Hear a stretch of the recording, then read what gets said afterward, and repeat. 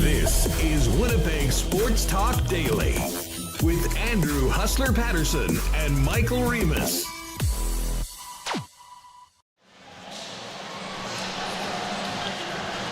Hey, what's going on, everybody, and welcome to a special weekend Fan Fest edition of Winnipeg Sports Talk Daily. Andrew Paterson, Michael Remis coming at you from the Hockey for All Center, a packed Hockey for All Center, as the Winnipeg Jets and their fans get ready to kick off the season in style with an incredibly well-attended Winnipeg Jet Fan Fest. We're in, what rink are we in here? We're adjacent to the PCL rink where the scrimmage is going on right now. Connor and Liz actually are over in the building, and they'll come over and join us coming up in just a few minutes when the guys are off the ice. We've just been led in by the one and only Illegal Curve hockey crew. Great to see Dave and Drew in the morning. Ezzy took a little bit of time to get him here, but he was here. It was all a lot of fun. And I got to tell you, the turnout, as I mentioned, has been absolutely wild today. I mean, we've done this now, I think, 4 years here at FanFest, and this is certainly the busiest one that we've seen yet. I mean, it's always pretty nutty, to be honest.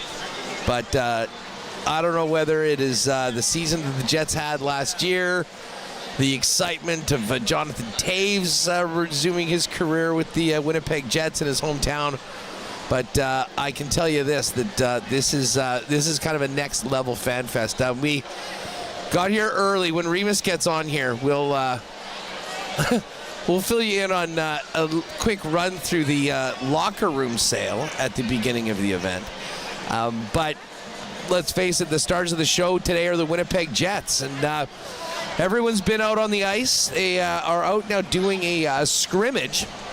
I believe in kind of two sessions. They'll go 20, 30 minutes, take a break, flood, get back out there as well. We might have a couple of our media pals pop by, but again, we're kind of on right now as they're doing the scrimmage, so I'm sure some of those guys are firing it up. Big day in Winnipeg sports, of course. I know we're kind of focusing in on the Jets, but I would be lying if I said my mind wasn't somewhat preoccupied with a football game this afternoon that is of great importance. How about the BC Lions last night, dropping the 50 burger on the Stampeders in Calgary? Nathan Rourke, absolutely brilliant. So BC is now ahead of the Bombers. They got to get this win today.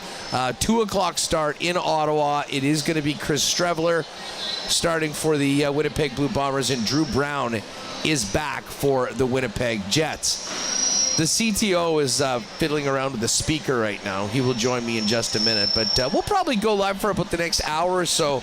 We'll have a report on the scrimmage coming up in a few minutes from Connor Rabchak and Liz Hood. They just popped over to kind of be our eyes on the rink as everything gets going. But overall, I mean, this is one of those days that everyone is just, kind of upbeat and getting ready for the season. Looking at the chat, I see Rob Somerville. Good morning, Huss, Connor, Liz, along with all my fellow Jet fans. Don't forget Remo. He is here as well. Actually, you know what? Right off the bat, I want to thank and give a big shout out to legendary WSTer, Bailey the intern.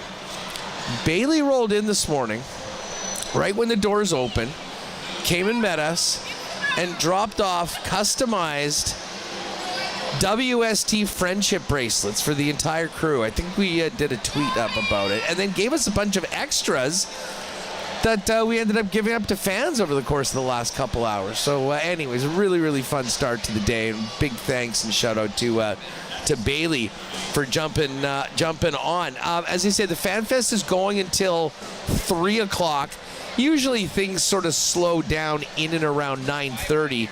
But I can tell you right now, it is absolutely bananas in here. And listen, I mean, we're just 2 days into training camp. I guess this is technically the third day. But there's a game tomorrow. In case you maybe hadn't been paying attention to the exhibition schedule, this might catch you off guard. But the Winnipeg Jets are playing a hockey game tomorrow. Now, just hearing, and this isn't official, we'll get a full roster coming up closer to, I would imagine probably later on today. But I do think that game number 1 tomorrow, 4 p.m. at the rink, will be more of a younger group. So I'm not sure how many the veterans will be playing. And of course, the Jets are back at it on Tuesday.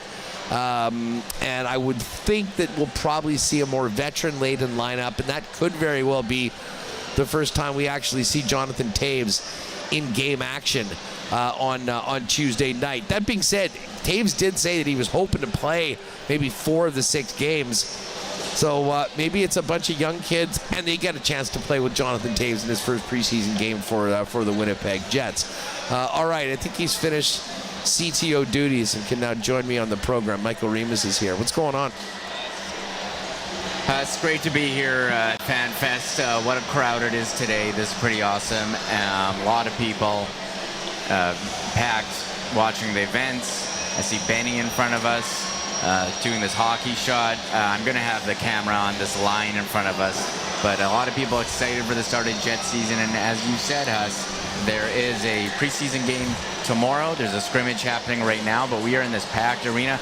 I came dressed appropriately this year. I'm wearing long underwear, long sleeve. I brought cardboard on the floor, actually. So we're doing all the right things. Listen, the cardboard on the floor. I've got it, you know what? A lot of your gig is, technical, making sure our show works and stuff, but sometimes you gotta take it to the most base level. And the last couple of years, FanFest has been so amazing with the exception of one thing. Our feet froze. I mean, having your feet on this, even though there's a layer above the ice. Yes. I haven't really experienced anything like it, where everything else is fine and your feet are just ice blocks. So yes, I know it is a theory, it is an old school theory, but if you throw cardboard down as a divider, it works. We've got the cardboard, we've got the good setup, and we're good to go for the next hour or so here as we get to it. But, as we mentioned, obviously, unbelievable turnout right out of the gate. And listen, we went in. Kevin Cheveldayoff spoke very early in the event, just after 9 o'clock. He sat down, I believe, with Jamie Thomas in the area where they're having a number of guests. I know some of the top players are popping in there as well. So if you are out at FanFest, make sure to check out all the areas. That rink, of course, here. We got a bunch of kids' games. There's some activations by a few of the sponsors, some shooting games. And there's a lot of activity here, Reem, on these mystery bags. Yes. And I got to tell you, now I think the mystery bags are $150. And in every one, you get a pair of Jet tickets for a game. You get a pair of Moose tickets for a game.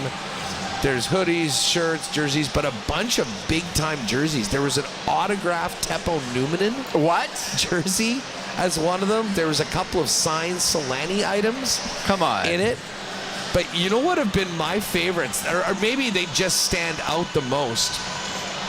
The South Asian, I guess, are they practice jerseys, warm-up jerseys? I don't know if I know they canceled everything that was happening actually for games. So I don't know. But bottom line is there's a Kapari and an Appleton out there. The yellow jerseys with the South Asian font numbers. Man, those are cool. The Jets actually really do have a bunch of nice alternates that they've done for some of their cultural and community nights. So we're seeing those all around, but pretty good haul at the sale right off the bat tonight. You got to get here early. Yeah, we came in pretty early. I know we are announcing WST nights. The tickets are coming on sale to come with us to a game, the 6 games, and you want to look good. So definitely restocked here. What did you get? Okay. You should have done a big unboxing. I took my stuff to the trunk my stuff's already. in the car. Should have done an unboxing. The Alex Iafallo Heritage. So I'll be wearing that to when we go to the games. And also, I don't know if I can wear this or not, but I went to the Game Worn. I've never owned a Game Worn. And if you want to have any Game Worn, hockey equipment or jerseys or practice jerseys, this would be the time to go. I got a Game Worn Mason Appleton jersey, which I couldn't resist. Not all of them call my name, but Appleton I was in. So I don't know. Can I wear that? Had a good year, a good run. Two-time Winnipeg Jet. Two-time Winnipeg Jet. Part of a huge line with Lowry and Tanev, or Lowry and insert third guy here. That was great. Left in free agency. There was that or Billy Hainala. We tried to talk Liz into getting the Billy Hainala Game Worn. I don't know why she didn't do it. No doubt. I ended up, I went a little nuts. I got a Gabe Velarde Heritage, and I got a Josh Morrissey home jersey. And then I was just grabbing a couple of hoodies. I got one of those locker room ones. I got a sweatshirt that is actually not hooded, which is rare for me, and then a jacket. And I did also pick up a puck, a commemorative puck of the St. Louis Winnipeg series. You did? It was like $3 or something. And I'm like, every time I ever look at this puck, I'm going to think of 1.6 seconds. I'm going to think of double overtime. I'm going to think about all of those videos from St. Louis of Blues fans crashing out that they blew it with less than 2 seconds before they had won the series. So brings back a lot of good memories. But I'll tell you what, for folks around here, I think you can just feel the excitement about the club. And obviously when you're going on an event like FanFest, Remo, it is your most devoted fans that will be here through thick and thin. But just in talking to people around the rink today and really the last couple days, it seems like the season the Winnipeg Jets had last year was just, really the last couple seasons, really through bones. The momentum of the team, despite the loss of a popular player like Nikolai Ehlers, is at a high point, to be honest, that we haven't had in a long time. There's a bit of a lull, and now it really seems back. And you're hearing it from the players as well. We heard from Gustav Nyquist on why he came to be a part of the Winnipeg Jets, and he said, look at how good this team has been for the last number of years. This is a great opportunity to win, and I think the players are feeling that, and certainly expectations I think are certainly jacked up for the fan base based on what this team was able to accomplish last season. I think so, Huss. And as you mentioned, that series against St. Louis, and I was talking to someone here yesterday that if you're feeling down ever and having a rough day, just fire up Game 7. Just fire up videos of Game 7, the Perfetti. Either goal. He scored 2 beauty goals, and this team's been building, and last year was so great. We had our ticket pack. They won every game that we went to, and they won. Their home record was the best in the league. They were the President's Trophy winners, so it was pretty incredible, the season that they had, and they're looking to rebound and have another one like that this year. We'll see if they can do it. I'm looking forward to seeing what the team looks like once they get on the ice. I think there's still a lot of excitement here for Jonathan Toews as well, and I think all that goodwill from last year, winning the President's Trophy, having like the MVP Hart Trophy winner, people are coming out and supporting and getting ready to start up the season. It's hockey, kids hockey starting up, the weather changing sadly, and we're getting used to it. Yeah, indeed. We're gonna grab hey Liz, jump in here for a minute. Let's get a headset on. Let's get a headset on Liz. We'll get Connor in a second. There are eyes and ears on the ground with the screen. Which I think that's 3. Which Mike? Say something. How's it going? There we are. There we are. Good. Did you guys make it into the chaos of the scrimmage? Yeah, it's the busiest scrimmage I've seen in a while.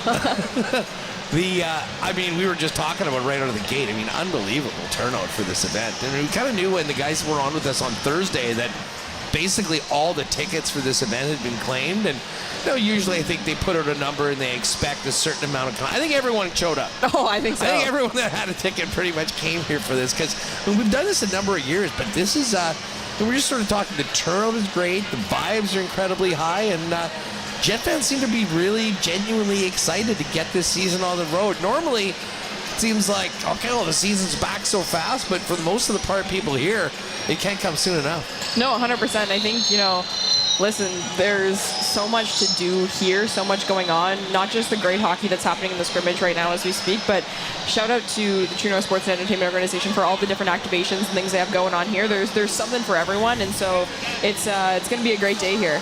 We were just talking about our run through the locker room sale at the beginning. You didn't end up getting the Villy game worn, did you? I did not.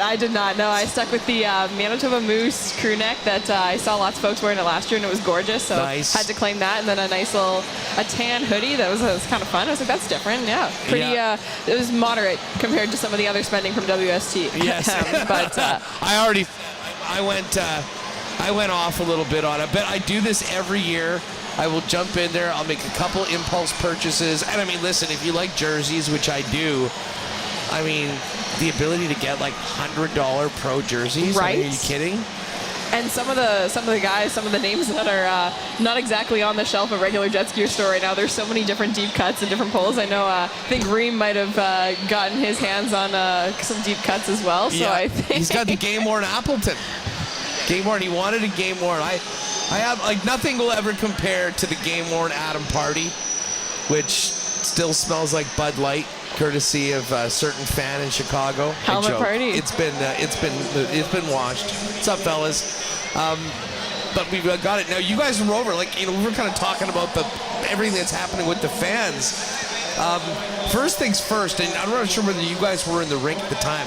The ovation for Jonathan Toews coming onto the ice as a kind of a Jet, officially a big thing for the first time, was really, really cool. And we've talked a lot about it, like just the significance of a player of his stature and magnitude coming back to the National Hockey League and doing it in his hometown. And listen, we hear it on social media. We talk about it all the time with fans, and it's been a big topic. But I mean, there's a lot of people that aren't online all the time. Like, these are the rank and file fans, and I mean, we've seen Toews jerseys all around here today. Oh, yeah. And I mean, that sort of reception, it really, I say to a lot of people, I mean, this isn't just a great Winnipeg story, but it certainly is. This is one of the biggest stories in the National Hockey League coming in. I mean, an all-time legend who's walking straight into the Hall of Fame saying, I'm not done yet, and seeing if he can help a team that was already a very good team last year take that next step. I mean, it's already a real-world example of the pipe dream that people come up with whether it be the Austin Matthews Toronto concept or Connor McDavid going to Toronto or whatever. Like, we're seeing it in real time. One of the greatest players of the 21st century, frankly, going back to the hometown team, and it's not a market like Toronto. It's the sell for Jonathan Toews coming here is all about the grassroots stuff. It's all about, the feeling of being back where you started, giving back to the community that matters to you, and all that different stuff, which is it's pretty special, and that really resonates with a lot of Winnipeggers for sure. Oh, and the other thing about it is, I mean, this guy is as focused and as a great of a competitor as this game has seen for a long time. And every time we talk about this, and I realize people want to pump the brakes and don't expect the guy to come in and be 2011 Jonathan Toews right out of the gate, but there certainly is a belief, I think, from people in and around the club, players that have talked to, guys that have been training with Toews, that his expectation is to come back and be a very good version of himself. This would not be happening if he didn't think that could be possible, and now we'll see what happens on the ice. Yeah, absolutely not. And I had a chance to chat with him briefly a couple days ago, first day of training camp there, and it was really neat. He was asked kind of about the pressure of playing in the market. He did some French media, and he's like, well, of course, the pressure is huge. The pressure is high. And I think I like that acknowledgement of that kind of reality of the situation, because I think there are a lot of players that would come into a situation like this where, like, yeah, I'm just here to play my game, I'm not going to focus on the outside noise and all that sort of stuff. But I think the acknowledgement of that and using it as motivation and using it as wanting to push so hard, I think is really cool, and I like that he's acknowledging that early, right out the gate. So it's going to be really interesting to see how he looks. And hey, in that scrimmage, Connor and I were taking a look. He's looking good out there. There's we're not quite drinking the Kool-Aid yet on that second line, but more so than we maybe were going into camp here. There's some stuff to like with them, so we'll see how it goes. Oh, well, let's face it. I mean, we were going to make concrete final decisions after 10 minutes of the first scrimmage of training camp. That's the only way I know how to do things. Exactly the way things are going. Talking to Remo, I can't believe there's a game tomorrow. I know. That comes fast. No kidding. But I mean, look, they look to be kind of in game shape out there already. I was impressed with kind of the caliber of play that we're seeing out there. They're finishing some hits, a couple of cross checks. We really saw Mason Shaw and Danny Zhilkin really going after it. Colby Barlow's release is looking in mid-season form out there. There's a lot to like about these teams. This Connor Hellebuck guy, he might be pretty good. He's moving pretty well in his crease there. So I'm not surprised that there's a game tomorrow now that I think about it, because they're looking pretty sharp out there. Well, it's funny you mentioned Barlow. And listen, I mean, I know you paid a lot of attention to the Moose. There is, while I think we have to be real about this and say, this isn't one of these teams where there's a very ton of open spots. It's a veteran-laden team. You've signed some free agents. There's not going to be easy for these young guys to crack. But preseason games are always huge opportunities, especially for the Barlows and the Jaegers that are just turning pro right now. And I would imagine, just from talking to some people around, I think tomorrow, a lot of those Zhilkins, Barlows, Jaegers, the younger players that might not necessarily be in the final games, big opportunity to start their career. And one thing, and you could speak to this as well, outside of the guys that we've all penciled into the Winnipeg Jet lineup, there is more depth, and we can call it competition or just depth in it, but it is very clear that from an organizational perspective, it is a priority to have the Manitoba Moose have a much, much better season this season, because let's face it, it was miserable last year.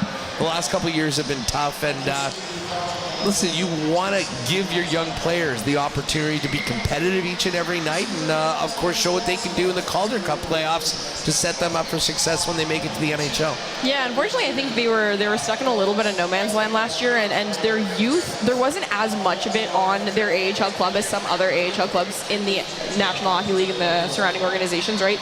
Brad Lambert, most namely, was kind of the guy. Nikita Chibrikov and Elias Solomonson as well, but they both missed a ton of time last year with injury, so they didn't have that youth injection that I think the roster really needs, and the organization, in my opinion, has done a good job of acknowledging that that's what's happening. Danny Zhilkin's healthy, Sal is healthy, Chivy's healthy, so is Lambert, and then now you have guys like Jaeger and Barlow coming in, and so they signed a ton of those fringe NHL depth pieces this July 1st to try and really up the caliber of players that they have on the club there to make it a good place for those young guys to develop. So I'm excited to watch them. I'm always excited to watch Manitoba Moose hockey. Some great hockey we got going on there, but I think this year in particular, there's going to be a lot to like and a lot to watch, and kind of to keep your eye on for some guys who are fighting to make the team and to be called up, because we know that the big guys are watching what's going on with the Moose, and if guys are performing, if guys are doing well out there, there's going to be an opportunity for them to come in should there be any injuries, should there be some need to shake things up in the middle of the lineup.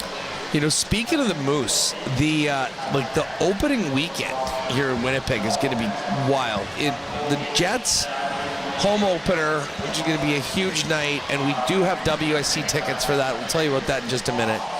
On October 9th. The Moose home opener, the 10th, and then right back at it with that 12:30 p.m. game on Saturday, game number 2 of the season. Canada Life Center, yeah. No doubt.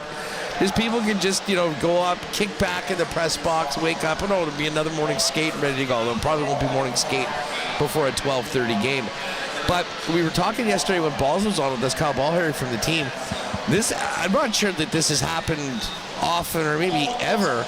President's Trophy, Jennings Trophy, Hart Trophy, Vezina Trophy, all in the building for both the Jets home opener and the Moose home opener, as well as Saturday. And when you think about the very unique and magical season the team had to put all of those together, the chance for fans to kind of get out, especially young ones, to be able to get pictures with all that hardware, going to be a heck of a way to kick things off as they try to get more of those, including the ultimate prize at the end of the Stanley Cup playoffs. Oh, absolutely. Look, I think that at the end of the day, there's only one Stanley Cup, and there are 32 teams that are fighting for it and everything. And I understand that nothing's ever going to compare to winning that exact trophy. But if you can't get there, it's kind of nice to have some other stuff to get people excited, to show that the team is committed, to show that the team has had some success and stuff like that. So I give them kudos for that. Look, job's not finished, and every single player would agree with me in saying that, but it's still pretty cool. Like you said, you listed that laundry list of things that they have to their name for the 2024-25 Winnipeg Jets.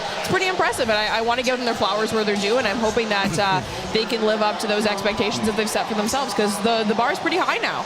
My man Cal, it's great to see so many of the folks with the kids coming up.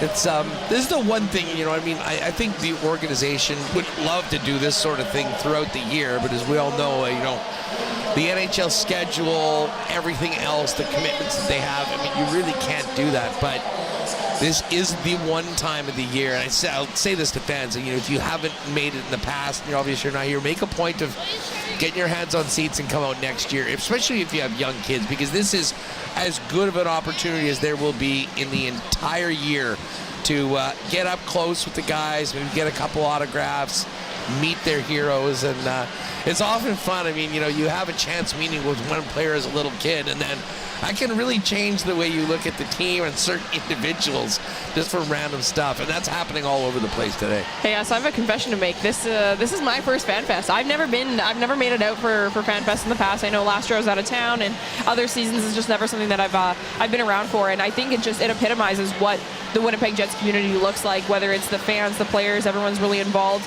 Everyone from the team hockey ops is out and about and around, watching the scrimmages, connecting with folks as well. I've seen pretty much every single person I know that works for the organization here, boots on the ground, connecting with the fans, because we know that, you know, these are the people that drive the bus for the organization, right? So it's pretty cool to see everyone here and see the players put on a bit of a show for them too, right? The scrimmage has been looking good, and the players are all really eager and you know, welcoming to all the people that are asking for photos. I've seen lots of great signs, lots of people with their sticks and everything like that getting signed today, so lots of fun. So, and you know, this will be, you know, you'll have a bunch of stuff from today, from early training camp, and then, of course, for Sunday Live tomorrow, where we'll have a roster. You can kind of really get into, you know, what we're going to be seeing at the rink tomorrow at, 4 p.m., Thank God it was 4 p.m., by the way. Chiefs at 7:20. It just sets up my day perfectly. They did it for you.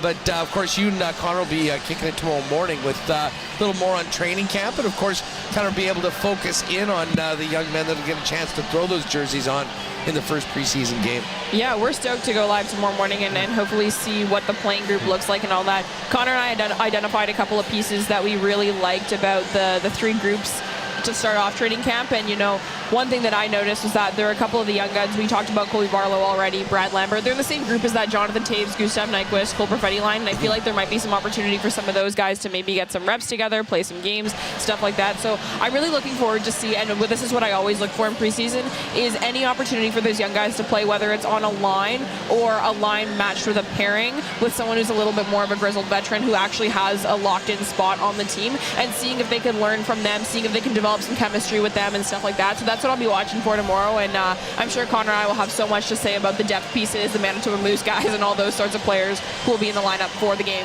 tomorrow at 4. You know what? I'll let you save most of your bullets for tomorrow at 9. Don't forget, notifications on Connor and Liz every Sunday throughout the hockey season, 9 a.m. with WST Sunday Live. From what you've seen so far, is there a player, whether it be a veteran, a new guy, whether it be a young player, anyone that just sort of caught your eye that maybe you weren't expecting? Listen, I got to give some love to Cole Koepke here. Listen, I think that there are a couple guys that the Jets signed on July 1st that I was like, okay, well, we'll see how that goes. And I'm not expecting anything too crazy from the player. I'm not expecting him to be some Nikolai Ehlers replacement by any means, but he had a fun goal in the scrimmage we were watching earlier. Connor and I both looked at him on the first day, and we're liking what we were seeing, and we also saw some flashes of what we liked from Cole Koepke and Nikita Chibrikov as well. Just guys who are kind of finishing all their checks, really playing hard, all those classic isms that we can talk about with players who look like they want to be there. And there's some sauce there with Cole Koepke for sure. I think that there might be something there that can maybe, whether it's activate Morgan Barron or work well with his skill set and stuff like that, to make maybe that depth scoring a little bit of a stronger asset for the Winnipeg Jets this year. Well, it's funny you bring him up because, you know, I am very interested in seeing how he looks. I was just going through his numbers. I mean, he's 27. So, I mean, he's kind of right in that sweet spot right now for his career. two-time 20-goal scorer in the American Hockey League. And I mean, last year was his first full season in the NHL. Played 73 games with the Boston Bruins, fourth-line role, double-digit goals, scored 10. The fact that he's going to be playing with an NHL veteran, presumably in Tanner Pearson, and Morgan Barron, who we saw, I think, really grow and show an element or a side of him with the potential that there's a lot more to it. That I still wouldn't mind seeing Barron maybe swap with Nemetsnikov at some point, just seeing how both of those looks. But the bottom line is, whether it's Nemetsnikov or whether it's Morgan Barron, who's on that fourth line, potentially Koepke is going to have an opportunity, I think, to play pretty regularly and, play with a group that could be more than just tread water, try to keep your, head above water fourth line. Yeah, absolutely. And it's not lost on me that he was in the Tampa Bay Lightning system for quite some time, right? Now, I know that, we can circle, hey, the Ville development curve and whatever, and talk about how it can be really hard to break into these lineups when your team is really, really successful. Yeah. And the Tampa Bay Lightning, obviously, in that early 2020s period, was such a monster of a team that it was really hard for young guys, depth guys, whatever, to break into that lineup. So there's probably a lot more there. I don't know. I can't speak to Cole Koepke's development path or anything like that, but it's something that I do flag as, that's a great organization to have developed in and grown in, but the fact that he doesn't have a ton of NHL reps under his belt isn't necessarily indicative of him as a player, but maybe more so the environment that he was in. So there could be more there, and like you said, last year with Boston, there's a lot to like about that easy little point sheet there. So I think that there might be something there with that player, and I'm hoping that he makes a mark, because like you said, if that fourth line can be a little bit above average, I will be the first and last to say that I don't think that your fourth line is going to necessarily win you a Stanley Cup or lose it for you either, but it is nice when they can contribute a little bit more than the average. Yeah, well, listen, that'll be, I'm sure, one of the many topics that you guys cover tomorrow on WST Sunday Live. Speaking of that, why don't you do a quick tag off to your tag team partner, get Connor in here for a minute, and we can grab a list. Thanks as always. Great to see you here. Oh, and by the way, how about the friendship bracelets from Bailey? Yeah, we got these. We're rocking these. Thank you so much to Bailey, the intern, for getting these, and we're passing them out. We've been handing them out to fans as they came through, because Bailey made a ton for us. But I've got my own. Huss got his own. Yeah. Revo's got his own. Connor's got his own. Thanks, Bailey, for being here. It's one of the many giveaways that's going on here in this rink here over to PCL. Or Good Flynn. note. Good friendship bracelet stat for you folks. I have had one friendship bracelet in my life before. Was given to me by the lovely Carly from one of the Jets hosts, and does the I think the QX morning show With Brody, yeah. And they needed my Kelsey jersey for a costume when Taylor and Travis started dating. So she came to pick it up, and she's like a hardcore Swiftie, and she made me a Winnipeg Sports Talk bracelet and I think a Chiefs one, 87. And I said to her, I said, you know what? I appreciate this. I believe in the magic of the Swifties, and I'm going to put this on, and I'm not taking it off until we win the Super Bowl. And the Chiefs won the Super Bowl. So Dang. now this is on. This is on at the beginning of the Jets season. Maybe I keep this on, and we've got a Stanley Cup parade in July. And if we do, June. we have Bailey to thank for it. So there we go. The magic Bailey, the intern. All right, let's see. Two? Hello. Connor's here. I'm here. How's it going? It's going great. How about you?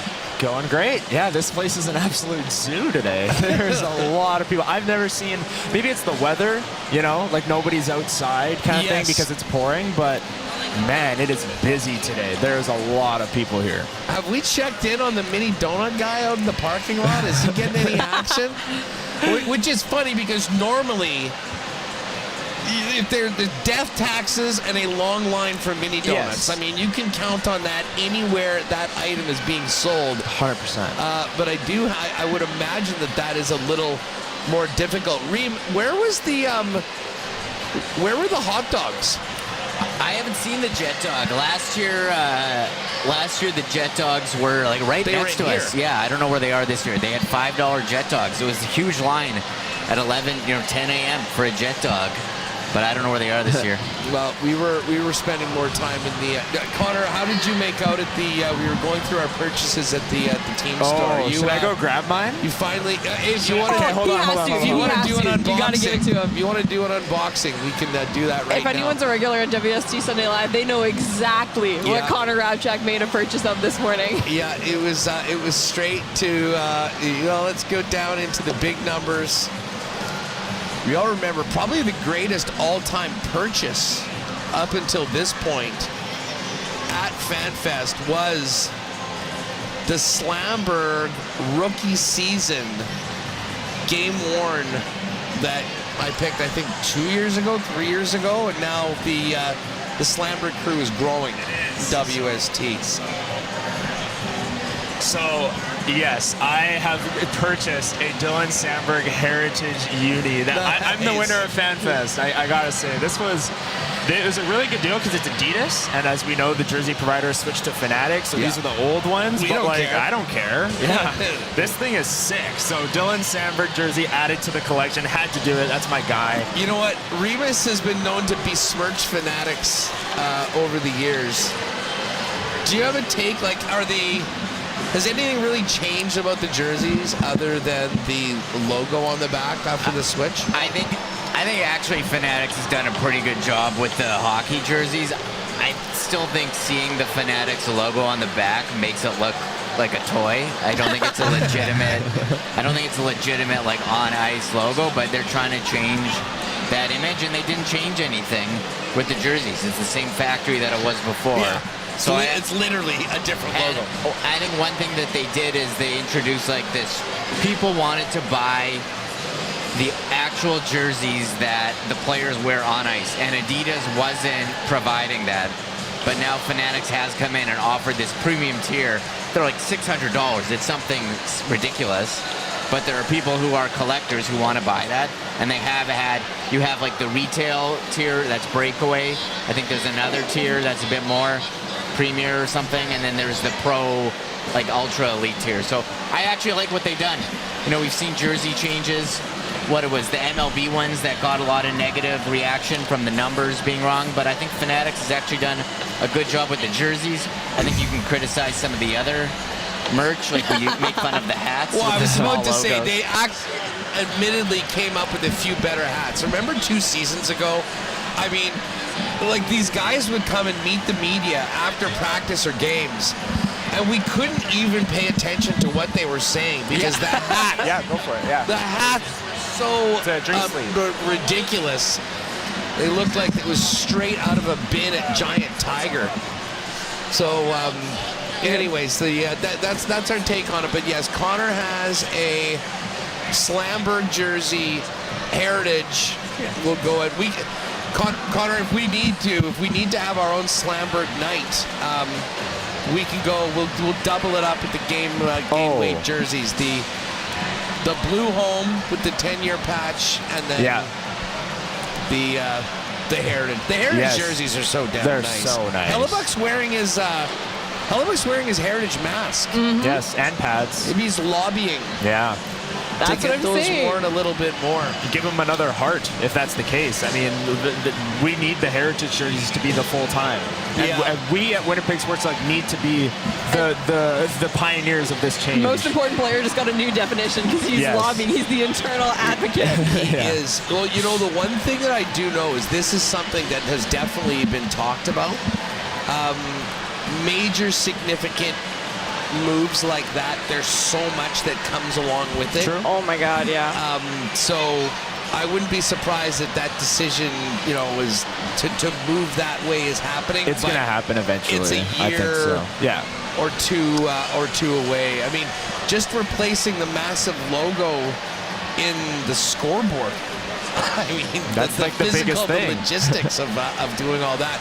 Listen, Connor, and I were just talking about the scrimmage so far, and I don't. Well, you guys save your bullets for tomorrow because I know you got plenty of topics you're going to be hitting on Sunday Live. But you've been here for the last couple days. Was out at the scrimmage. I mean, just base level. Is there a player or two that has maybe sort of popped to you, or you noticed more that you weren't really expecting at the beginning of Thursday. Yeah, I don't know if I wasn't really expecting this player to pop, but one guy that's really, really been noticeable for me is Nikita Chibrikov. And he's coming off of that major knee injury that cut his season short last year, and he's vying for a job this year, and unfortunately, he might be a victim of a numbers game when we get to the Jets opening night roster.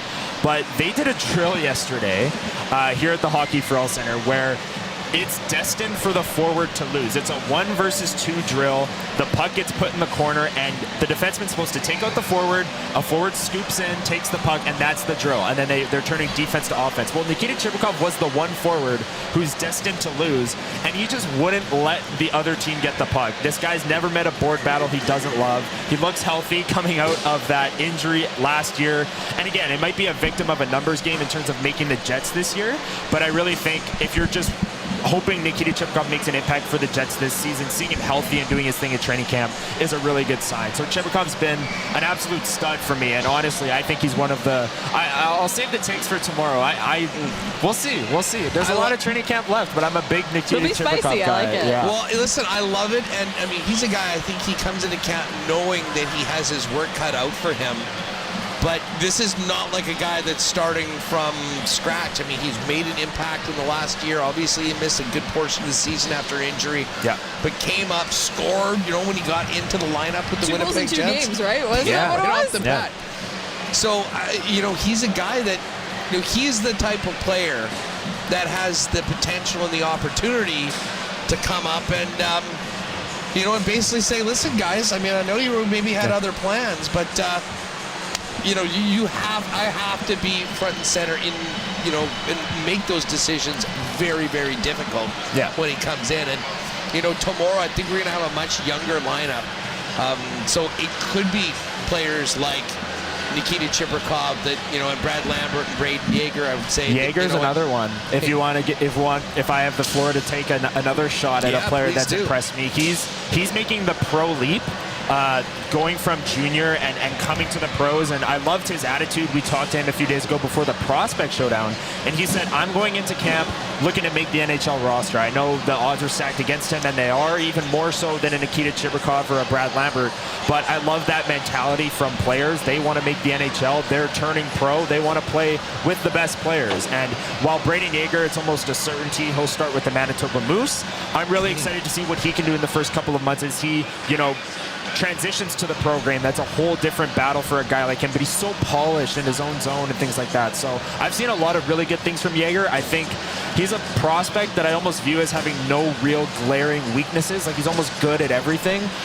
So I'm really excited to see how that transitions to the pro game and what he can really take a step forward in the first couple of months. Yeah, and Liz was mentioning, Colby Barlow out Had there. a Of course, snipe. Barley. Yeah. Yeah, well, I mean, He's the ribbon. one thing that guy has, big league shot. Yes. You got to be able to skate. You got to keep up, physical, all of that stuff. But he is blessed with the ability to pull the trigger. And holy. Did that a little earlier for the fans that are up here at FanFest. Yeah, I saw him rip off, I think, 3 one-timers, but the first one of the 3 was just blew it right past Eric Comrie. Like, he had no chance, was wide open, kind of at the right circle. Patrick Laine, but opposite. I don't want to throw that out lightly, but Colby Barlow has an incredible shot. This is the number one thing with Barlow, who's also making the pro jump, and I think it's even more critical for him to make the pro jump because we know he has that all-world shot. But the rest of his game is what we're concerned about. The skating, the foot speed. Can he keep up with the physicality and the speed of the pro game? So Yeager is a player that I really don't see with any real weaknesses, but Yeager doesn't have anything like Barlow's shot that is so elite at such a young age that he can lean on. So I'm really excited to see Colby Barlow and Braden Yeager, and then Jacob Julian is the last one making the pro leap as well. He's won back-to-back years with the London Knights in the OHL there. So really interested to see those 3 players jumping to the pro, and Colby Barlow I think is the biggest one in terms of, okay, how is this going to go? Because I think if it went great, we wouldn't be shocked, and if it went poorly, we wouldn't be shocked either. Yeah, Jacob Julian wearing 6'7". Oh my God. I will say that. Take the headset off. What is that?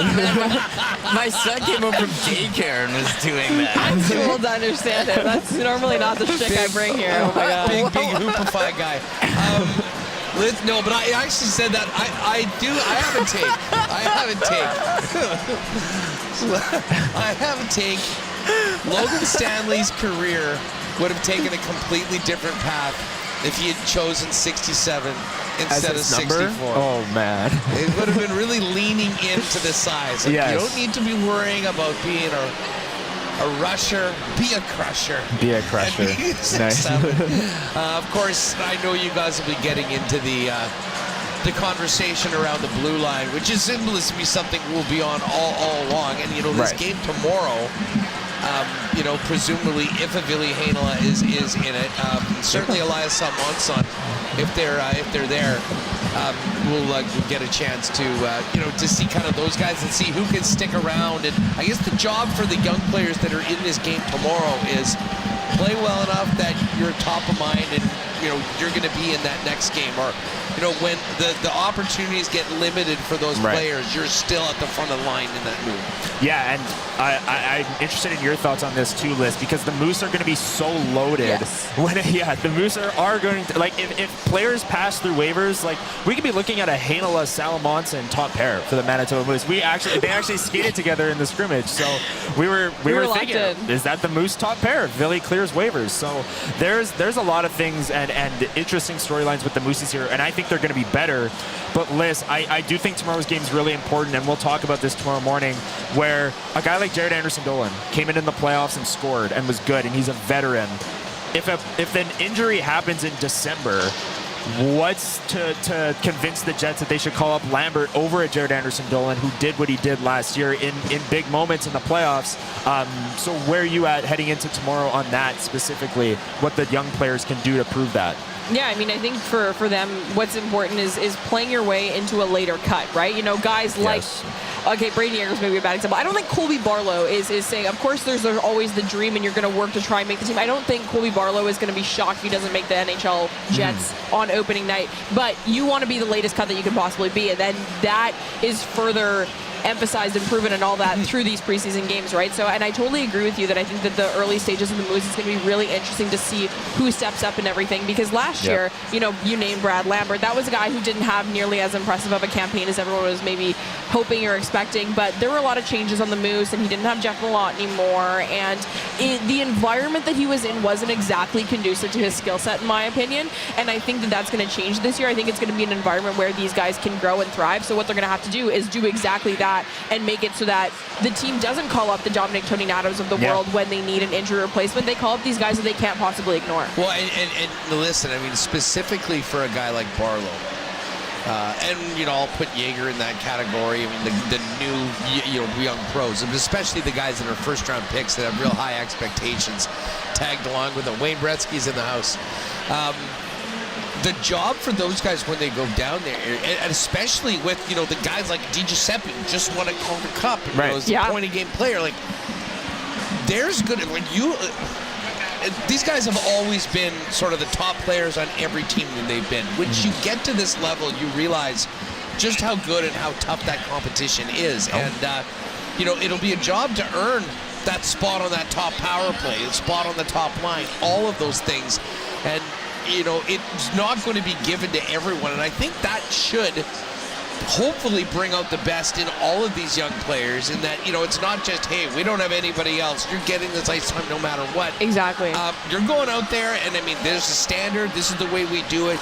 You've got great veterans that are setting that example, and you can model that with your elite talents and create NHL hockey players. Yeah, I bring this up a lot on Sunday Live as well, and if you've listened to the program over the last number of years, I've mentioned this many times.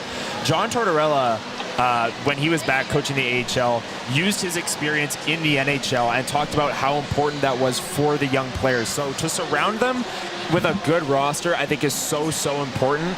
The Moose even if people don't clear waivers, I just don't see a scenario in which they finish 31st again or bottom 5 in the AHL. They're just way too talented and way too loaded for that type of a season. So I think that's really going to help the young players turning pro. They're not coming into a bad situation. They're coming into a winning team that has Calder Cup aspirations and playoff aspirations in the AHL, no matter who's there throughout the season. And listen, I mean, as far as like team needs, we never really talk about goaltending as long as 37 is in town. But you think he's a guy for the Moose? Both in the. But I am very intrigued with Dom DiVincentis now that he has had professional experience. He's gonna. I wouldn't be surprised if he plays small in the preseason game. Yep. But as the team improves and that level with that Moose team goes, can he take that step and establish himself as a successful regular starting netminder at the American Hockey League level? Because like with so many goaltenders, that is that first step. And goaltenders develop later. He came as a very young player right now. I mean, there's a long road ahead for him. But being able to take that step along with the rest of the hockey club will be big. And he's a guy that I think as much as we don't spend a lot of time talking about goaltending for obvious reasons, lots of potential for him to flourish this year with a better supporting cast around him. I'll spend lots of time talking about goaltending this year, but because you're right that for the Manitoba Moose, it's a totally different conversation this year. Where last year, obviously bringing in Chris Drieger was a bit of a later addition and all that, but it was pretty much the Millage, DiVincentis, Norfolk, up, down, whatever. But bringing in Coulter this year, I think really changes things. That's a player who has more NHL experience than any of these young guys, and so that between them and Alex Worthington, you have then Isaac Coulter, Alex Worthington, Thomas Millage, and Dominic DiVincentis, who could all really be sharing the net. So I think that there's a lot to be proven and decided still with training camp for the Moose goaltending situation, and then with Manitoba Moose training camp coming up as well. Seeing who's going to go down to Norfolk, we have the Winnipeg Jets goaltending tandem pretty much locked down. And like you said, I don't think there's a whole lot to discuss there, but it's going to be interesting to see who who wins the job there for the Winnipeg Jets, for the Manitoba Moose, and who their starting role is there. You got some listeners popping by. Nice to see you guys. A lot of folks doing it. Hey, listen, that's what FanFest is all about. I love to get these opportunities. It's a big reason why I like spending my time in the 300 level as opposed to the press box, to be able to, catch up with so many of these people that spend a lot of time looking at the content and enjoying what Winnipeg Sports Talk is doing. So, no, this is a heck of a lot of fun. Now, you might be wondering, Remis hasn't had talking a lot. You've been doing quite the job here with this broadcast today. We've come around. We've got fan shots, a live look at everything that's going on out here in and around us right now, Reem. And you're really giving people. I mean, if you're just listening on the podcast, you're not getting the full experience of the WST Fan Fest broadcast. Let me pull up the camera now, but yeah, we have this other camera here. I've tried to do as many as I can, and yeah, we got shots of the floor. And yesterday, Connor went into the rink and recorded the practice, and we had that live while you and Murat were talking. People were losing it, and I didn't, because I was so locked on and focused on my wonderful conversation with Murat. I did not know that, but I did see the chat, and I was wondering what people were talking about. Then I went back and looked at it, and I'm like, wow, we're from the legendary days of the mute button 10 times a show, we've really taken some massive steps forward as we get into can't believe this is the 5th year. Preseason for the team, but not for us. We're cooking already. Exactly, operating at a championship level. Oh yeah. Right out of the gate. Connor, fill us in on. We were just talking to Liz before you jumped on. I know there's lots to talk about tomorrow. You guys will be getting ready for that 4 o'clock game. I imagine you'll have that roster by then and can really kind of focus on. Will be a younger lineup, I'm told. So. I mean, all of your favorite topics and all of your favorite players, they may very well be in that lineup tomorrow afternoon. Exactly. I hope the Jets drop some crazy news and it's like Jonathan Toews is playing tomorrow. Make this Sunday afternoon preseason game a little interesting. I wouldn't mind that, but I think it's more likely that Toews plays his first preseason action on Tuesday night. That's the Jets' second preseason home game. But as for tomorrow, we're going to be looking at all of that stuff that Liz was just talking about with goalies, but also out with the forwards and defense as well. The organizational competition that GMs, coaches always talk about. It's very evident this year with the Winnipeg Jets. These players are fighting for roles, maybe not on opening night when it comes to Braden Yeager and Colby Barlow, but mid-season, if a call-up is coming and Colby Barlow has 5 goals in his last 3 games, well, he's the guy that's going to get the call-up. So I'm really interested to see these prospects playing tomorrow for the Winnipeg Jets against the Minnesota Wild at 4 o'clock. I hate that it's in the middle of the NFL slate, but whatever, we'll take all we can get. Winnipeg Jets hockey is back, and that's very evident here today at the Hockey for All Center because it is busy and people are very excited for this upcoming season. So, I will say this, though, the 4 o'clock time, your Niners are playing at that time. At the Niner game, the Cowboys and Bears, Broncos, Chargers, Saints, Seahawks. But it's going to work out great because the main event. 0-2 Chiefs, 0-2 Broncos, Sunday Night Football. The main event. That's hey, that's why it's prime time, pal. It's hey, Russie versus Mahomes.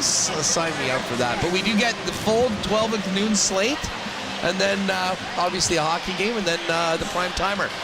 Before we go, and I'll bring back Remis in, and we'll kind of finish up our operation for today. Yeah. How are we feeling about this Bomber game this afternoon? You see what Nathan Rourke did last night? So long to bring it up. There's a Bomber game this afternoon? Yeah. Okay. I'm having a hard time concentrating on the hockey, to be honest. Know. This is... I don't know why I have a feeling that they're going to find a way to... That's what they're going to have to do. Still got hope. They're going to have to scramble and find a way and grit out a win. I don't think you can win pretty at this stage of the season with this Blue Bombers roster. I guarantee you it won't be pretty. Or with throwing the ball. They just don't have that club in their bag anymore. I don't think, at least. But hey, a 6-7 team in the BC Lions went to Calgary last night and put up a 50 burger. Obviously, Nathan Rourke and Chris Trevler are two different quarterbacks, but maybe the Bombers defense can put together the type of level of performance that Nathan Rourke did. A vintage performance from Willie Jefferson or something like that would be awesome. I know that it's looked kind of ugly at times, but there has been moments. There's a lot of top players. The bottom line is take care of the football. Do not throw any picks. Do not put the ball on the carpet. Is that even an option at this point of the year? The Bombers' turnover differential is so bad, but this year I'm going in baseline. 5 years in a row, they've been the best in the league. Is it an aberration? I'm going into this game, You guys are big, small sample size people. What are we talking about here? I've seen enough. I'm not going to lie. No, but I go into Bomber games now, whether it's Caleros or Strevler, thinking baseline 2 turnovers for the offense. Baseline. Every single game. This is Tua Tagovailoa football here. And when you go back to the Hamilton game, it wasn't just 2 turnovers. It was 2 picks that put Hamilton in prime scoring position. They were bad timing interceptions that put Hamilton in good spots. So hopefully the 2 turnovers that the Bombers have today don't absolutely kill them like it did last week. You just mentioned Tua. I purposely did not bring up the Dolphins yesterday when I saw you. I have to say, they surprised me. I think they surprised everyone. I think 95% of the world was on the Bills to cover the 11.5 or whatever. So good teams win, great teams cover. Congratulations to the Dolphins for doing that. Thank you. Great team. But said no one. I gotta tell you, that was right there for them. They came back. The Bills seemed to be sleepwalking in the second half. Oh my you God. tie the game, and then a roughing the punter call. They were getting the ball back, tying the game. They could have absolutely won that football game. No, it's very Eric Andre meme of shooting yourself right in the head and be like, oh my God, how could someone else do this, right? And it's like, oh my goodness. That game, I think so many people were expecting a friggin' Nathan Rourke 50-burger. Like it was supposed to be just a blowout. And they were right there. We were back with the Tyreek backflips. We were back and just the roughing the puncher. And then the Tua pick at the end just to really seal the deal. Dagger right in the heart. It was over. It was over. Mike McDaniel, I hope your Indeed is fresh on your because I don't know how much longer it's going to last here. Guys, great stuff as always. Thanks for jumping on today and looking very much forward to 9 a.m. tomorrow. Yep. WST Sunday Live. I'm sure you guys will touch on the football game today. Yeah, the first game day edition of I can't believe it. Is WST Sunday Live this year. We're so back. We're so back. Can't wait. Tomorrow, 9 a.m. See you all there. WST Sunday Live. Let's do it. Great stuff, you guys. Thanks again. All right, good stuff from Connor and Liz. They are going to be live tomorrow morning at 9 a.m. Hassan Reem with you now, finishing up our program. Hey, one thing that you all need to know is that the WST games are locked in, and part of the reason why it was going to take a little bit of time to get it locked down is because we were hoping that we could find a way to make the home opener happen with WST. Now, this game is going to be sold out, but we have gotten an allotment of tickets in the upper bowl. I think they're sort of spread between 3 sections. Might not quite be as close together as before, but we'll get together beforehand, in between intermissions. So, these are going to go very quickly, much like many of the other WST events, but this game in particular, Jonathan Toews first up, the banners we talked about yesterday with Balls on the program. Make sure you are subscribed to our newsletter, because as soon as this week, early next week, that the tickets are live and they are available, we'll be sending out a note to everyone via the newsletter that the tickets are live, and I imagine that they'll go quite quickly. If you want to note the other games for WST nights to join us up in the 300s, and again, early access. I'm not sure we'll have the early access for the home opener with everything going on, or I think it just opens half an hour earlier. But, you know, we usually get together beforehand, a little earlier before the doors open. And, of course, you get your ticket and you get a beverage included with it as well. The second game is going to be Friday, November 21st against the Carolina Hurricanes. That's Nikolai Ehlers' return. We've got a Friday night in January. It's the après-ski night. Friday night against the Los Angeles Kings. We've got Wednesday, February 4th, Montreal Canadiens. It's the final game before the Olympic break. And then on the push to the playoffs, a Saturday night game against the Philadelphia Flyers. And off the top of my head, do you remember the second last game? One against Tampa. Tampa, yes. In March. The Tampa Bay Lightning in March. So October 9, November 21, Jan 9, Feb 4, and then a couple more afterwards. We'll have all details at winnipegsportstalk.com, but make sure you sign up for the newsletter if you want the notification that the tickets for the home opener are live in the WST section. Good stuff today. Lots going on. Obviously, we're not going to dive into the nitty-gritty of the what's happening in a 20-minute scrimmage. But that won't be the case tomorrow, as a lot of young guys are going to get a chance to see what they can do in real live bullet NHL preseason action. Yeah. No breakdowns of the scrimmage here. But I will say, one name you guys mentioned, Cole Koepke. Interested to see what he can bring in. When Ken broke the news that he was going to sign with the Jets, I did give a who, and I looked at the rosters pretty closely all year. Not too familiar, but 73 games, 10 goals. But yeah, and familiar. One thing they're doing is bringing in guys who have relationships with Team U, and Marat talked about that yesterday, and I think that's certainly a bonus and certainly helps to continue the culture that they've created with the Winnipeg Jets. But yeah, well, they had the scrimmage here, a lot of people coming out. Maybe you don't have the chance to go to a game and see these players. You can see them on the ice practicing and showing their world-class skills. So it's been thinning out here a little bit, Huss, but it does go until 3. It's been great here being at FanFest, and Can't wait to get going tomorrow. Busy day. We got the busy weekend Bomber game tonight. Very nervous about that one. We can touch on that, and the Jets preseason as well as NFL. And it's been a great weekend of CFL. I watched both games yesterday. Actually, second one wasn't particularly close, but it does have major standings implications. Yeah, just to football for a moment. I've had 2 pretty miserable football weekends the last week. Now, I did have a great time in Kansas City. The tailgate was amazing. Great to be at the game. But the Bombers have lost and the Chiefs have lost the last 2 weeks. We need to turn that around. Chiefs need a win, but the Bombers desperately. Like, dude, this game is so big. Like, we joke around must win, can't lose. It's kind of both. But if they can find a way to win this game, they stay ahead technically of the BC Lions. But most importantly, because I think BC is trending upward big time in the second half of the season, and I'm not sure that the Winnipeg Blue Bombers will be able to finish ahead of BC. But I kind of don't mind the scenario or possibility of the Bombers actually being the crossover team and going over into the East. A win over Ottawa with Toronto's loss last night would be massive to put them, fully in control of their own destiny, regardless of what happens with the BC Lions and the rest of the way. So when you were away, I joked earlier this week, like, is this a must-win for the Bombers? And, we can have people come in here and say, oh, it's not technically a must-win unless, you're getting eliminated. But we've just had BC win. You need to if you're the Bombers, you need to keep pace with them.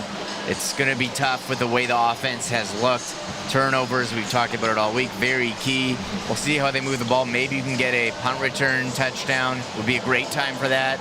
Or if the defense, who has played well, can they get a defensive touchdown? They're going to need help scoring points. Ottawa with Drew Brown, he hasn't played. I'm curious how he's going to look for them. But this is a massive, massive game with BC looking, Nathan Rourke, unstoppable the last 2 weeks to start against Ottawa last week and last night against Calgary, they were getting booed out of their own stadium. After the amazing season that they've had. This amazing season, nobody had them where they were. They were among the lowest odds to win the Grey Cup, in second place in the West, beating up on Winnipeg, and they laid an egg. And Vernon Adams got hurt. He tried to run for a first down, and instead of doing the feet first slide, he dove head first, and the BC defenders trying to jump out of the way and cupped him in the back of the head. He went down, didn't look good, and got pulled by the spotter, and they said he was done for the game. So I don't know what the future is for Vernon Adams. If they don't have him, they're in trouble, because PJ Walker also got tackled and got carted off, and I don't know if, I'm not a doctor, but it looked like dislocated shoulder or broken arm. He's going to be out for a while, I'm thinking. I haven't seen what they said, but they're not in a good spot if they're down 1 and 2 quarterback. That Quincy Vaughn, who's a massive, massive dude coming in for short yardage. But we'll see what happens with Vernon. Maybe he'll be fine for next game as precautionary. Sass getting thrashed at home by the Alouettes last week. Calgary getting stomped by BC yesterday. Hey, there's 18 weeks in this season, and it's all about how you finish and how you're looking at the playoffs. So still is time for the team to turn it around. But, man, the 3-point underdogs right now at Coolbet are the Winnipeg Blue Bombers for this afternoon's game. And then a little bit later on tonight in the finale, you've got the Edmonton Elks taking on the Ticats. And, of course, the Elks not out of it as well. I mean, were the Bombers to lose and Edmonton to win, you'd have Winnipeg and Edmonton tied at 6 and 8 behind the BC Lions at 7 and 7. And Winnipeg, I guess, would have that tiebreaker. But things are getting tight, and it is going to be right through until the final buzzer of Week 18 in the Canadian Football League. Again, tomorrow, 9 a.m., WST Sunday Live. Connor and Liss will do their thing. We'll be back on Monday at 1 p.m. with a live edition of Winnipeg Sports Talk Daily. Tuesday is a game day show. There's our pal Real Deal Neil. And then, of course, later on this week, and Remo, for people that have not checked it out, those of you that like betting, talking NFL, check the YouTube channel because we do have our WST Winners NFL Spread Pick show. That's 10 a.m. live on Fridays. But we've got more of that coming, both with Jake and Pat from CoolBet, as well as you, myself, and Connor, as we get ready to handicap, make our predictions and picks for the upcoming NHL season in a couple of episodes, and then a Jets special with player props and everything we like to talk about coming into this season when it comes to the picks and the lines over at CoolBet before we drop the puck on the entire NHL season. Yeah, CoolBet, if you go to NHL, they have all their futures, and there's all that for the Jets and any other team. And yeah, it's fantasy season as well. And they got the trophies there, so point projections, everything into all that, making predictions before, so we can see how right or wrong we were, and shove it in everyone's face if they were right, or brag or wrong. And better yet, actually bet your great picks and make some money. I mean, last year was that Connor Hellebuyck. We were all screenshotting MVP. Tickets for that. The Hellebuyck Hart run was huge for WST. One of the biggest moments. Actually, maybe the best bet that I have made or been a part of since the Patrick Mahomes MVP bet preseason in 2018. Still my crowning moment. Jeff Feinberg had Danny Willett to win the Masters. This was a long time ago on 12-9, but he comes on Wednesdays. I bet that too. Because of them. So it's fun. I don't think big long shots like that happen every year, but you certainly saw Hellebuyck. The odds were low, and he had a path to have a great, if he had a great season, he could certainly win MVP, and he did. Odds are back-to-back, certainly tough, but we'll take a look and see what's out there and make some predictions. I guess you probably didn't see the Blue Jays game last night, did you? I mean, I definitely saw it. I have Salvador. I'm in the fantasy finals, actually, against Drew Mandel. Salvi? And I have Salvi and Mikhail Garcia. And Salvi's been on a tear the last 2 weeks, and the three-run bomb last night for 30. What a career he's having. He's going to the Hall of Fame, right? As a cat, yeah. Didn't he have the record for most homers by a catcher before Cal Raleigh? The Raleigh. He actually may have. Anyways, there's the 7 guys statistically ahead of him for catchers all time, all in the Hall. And the Royals, they got some good players. They put up 20 runs, though, on the Blue Jays. So I think Blue Jays fans, panicking towards the as we have the final stretch of the season here. Well, here's what the panic level was. And I mean, like Max Scherzer went out, and he had given up, I believe, 7 runs before he had registered an out. It was so bad. I mean, he got yanked. He lasted 2/3 of an inning.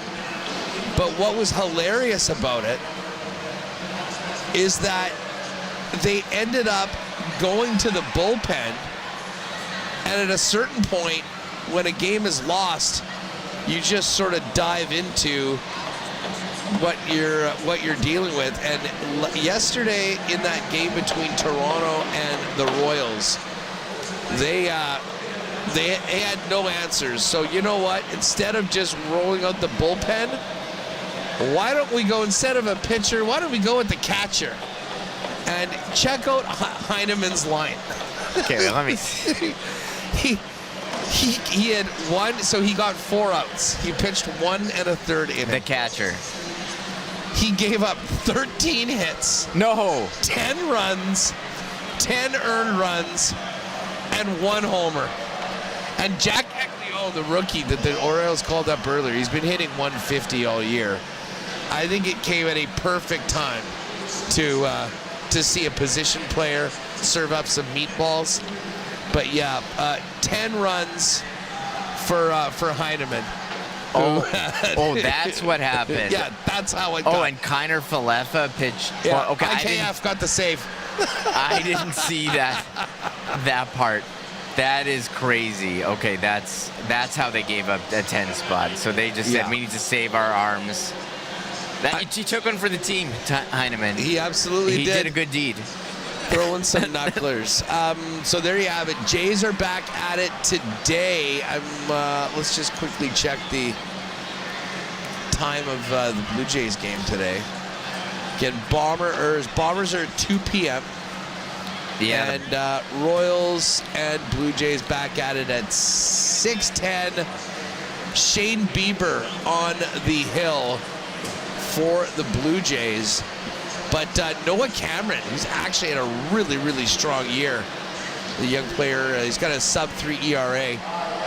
He'll be going for the crew. But you know what? Today, it's all about FanFest. Fans of the Winnipeg Jets, the team on the ice right now, finish things up. And, of course, everyone here having a great time. And tomorrow, 9 a.m., Connor and Liss with WST Sunday Live. Then a 4 o'clock preseason game down at Canada Life Center. And then we do it all again with training camp continuing, a game. And what we're going to have, you won't be there, but Connor, Liss, and I are going to be rolling in on Tuesday.